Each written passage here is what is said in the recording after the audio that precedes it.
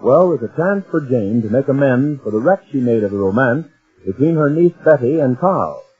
Jane accepted a $5,000 check from Mr. Neff, not knowing it was a bribe for Betty to go away and forget Carl. Now Carl plans to make Mr. Neff believe Jane got that check from him so that Betty could have evidence that he's trying to alienate Carl's affection. The scene is Mr. Neff's office. Jane, well instructed in the part she is to play, has just entered. Well, good morning, Mr. Neff. What do you want? Well, I think If you come about that nephew of mine, the answer is no. That girl proved she was only after my money when she took that check. But, Mr. Neff, if you'll only let me explain why... I'm not interested, Mrs. Ace. Good day. Well, we'll be suing you, Mr. Neff. You'll be what? Oh, now do you want to listen? What did you say? I said, now do you want to listen? No. Just before that. Oh, that. I said, we'll be suing you. And we will, too. You'll sue me for what? For trying to break up Betty and Carl. For I'd like to see you try it. You can't bluff me. I'm not bluffing. Honestly, will, Mr. Neff. Don't make me laugh. All right. But we will sue you, Mr. Neff, because we've got this check for $5,000 showing that you tried to make Betty give up Carl. You what? Oh, yes, we have. Your check is A exhibit, or vice versa, as Carl calls it. Carl calls it? Yes. Is this his idea? Well, wait, I'll tell you the whole story, Mr. Neff. But first I want to ask you if you believe me that I took that check you gave Betty by mistake. Would you believe I didn't understand it was a bribe, that I thought it was for the bride? I don't know what you're talking about. The check you gave me for $5,000. I took it by mistake. Would you believe that, Mr. Neff? I would not. Oh, you wouldn't. Well, then we're going to sue you. I don't believe it. Oh, you have to believe one or the other, or what am I doing here? I don't know and I don't care. All I know is that you came here and told me your niece had changed her mind about taking that check. And I gave you $5,000. And that finishes the whole story. Well, I guess I'll have to tell you the other story then. You see, Mr. Neff, I only took that check for a trick. A trick? Yes, I knew you didn't want Betty to marry Carl and that you were trying to make Carl give her up, but we thought we'd like to have some proof. So that check you gave me is the proof. What are you talking about? I'm talking about Betty. She's going to sue you for, alienation of Carl's affection. What? Didn't I say it right? I've been saying it so much this morning.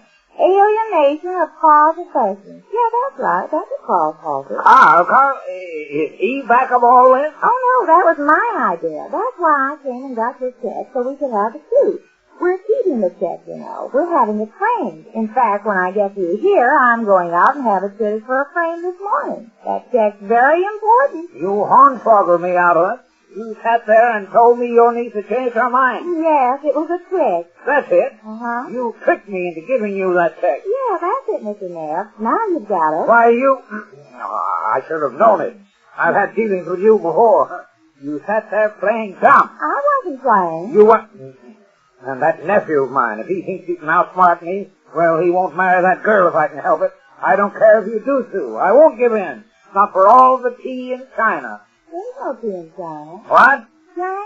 C-H-I-N-A? Where's the tea? You're thinking of Toledo or... Now, don't you start mixing me up, Mrs. Ace. It won't help. You're all taking advantage of an old man. That's what you're doing. I'm a beaten old man, Mrs. Ace. Surely you won't hold that check against me. Unless you grab it, I should say no. But you can't do this to me, Mrs. Ace. Now, please, I can't afford lawsuits. You can't deliberately let this girl take me to court. Well, what's going on here? Claiborne, I'm glad you're here. What do you think this woman did? Well, good morning, Mrs. Ace. Good morning. Oh, I remember you. You're Mr. Neff's lawyer. Right, glad to see you again. Don't be so glad. You know what she did? She tricked me into giving her that check for $5,000. Now her niece is using it as evidence. She's going to sue me for alienation of affection. Alienation of whose affection? My nephew's. They're using that check as evidence. But you gave it to her with the understanding that her niece would go away and forget your nephew. Yes, that was the trick. But we're not spending the check. We're keeping it. It's A exhibit. You see?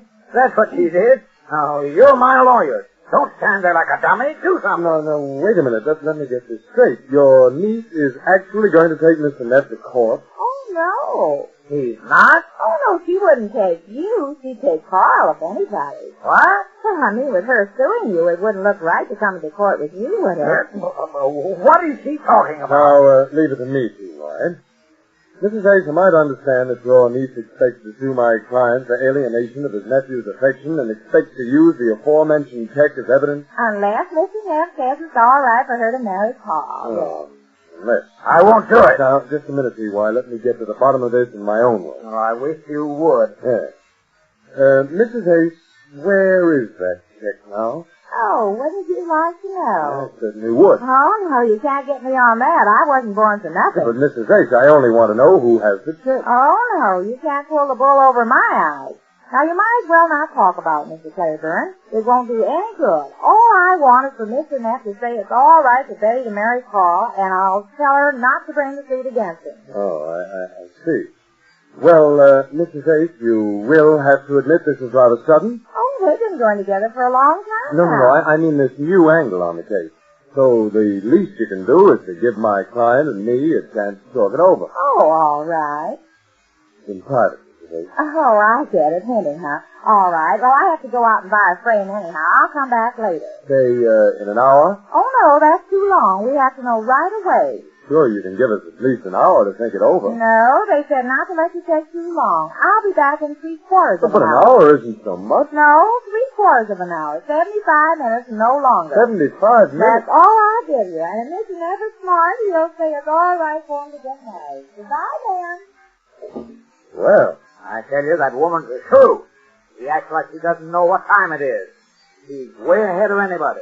She deliberately sat there and hornswoggled me out of that check yesterday with that innocent stare of hers. yes, giving her that check was a mistake. This is a fine time to think of it. Fine lawyer you are. She'd only have gotten a receipt from her, a statement which she signed saying that a niece would go away. Why did you think of that yesterday? Because I thought the check would be receipt enough. Who'd imagine the niece wasn't going to cash the check? All we needed was a name on the back of it, or even Mrs. Ace's name signed or something. But this is blackmail. Yes, it does look like... Hey, that's an idea. What? We'll beat them at their own game. If we can get Mrs. Ace's name signed to a check... To what check? Now, wait a minute now, let me think this out. How would it be if you gave her a check? What? A check to prove your gratitude for not letting her niece sue you. That's it. I'm not paying out any more But money. a check for $500, say, is better than losing a $100,000 alienation of affection suit, isn't it? $100,000? Easily that much. Oh, how did I get mixed up in a thing like this? If I could only get that check back I gave her. Oh, well, if we could get that check back, our troubles would be over. But you heard what happened when I even tried to question her about it. No, I'd like to get my hands on it. Yeah, of course, so would I. But that's out of the question. Well, I can wish for it, can't I? Yes, I guess you can. As long as we can't, the thing to do is to make this other move. I advise it, Wide. Oh, all right. What is it? Well, let me see. When she comes back, we'll tell her you're giving in. You're consenting to the marriage. And just to show your appreciation of her warning you before the girl brought this suit, you want to give her a token of your esteem. That's it. A check for $500. We'll make it payable to her. She endorses it here, we cash it for her, and we've got her for blackmail. Well, okay.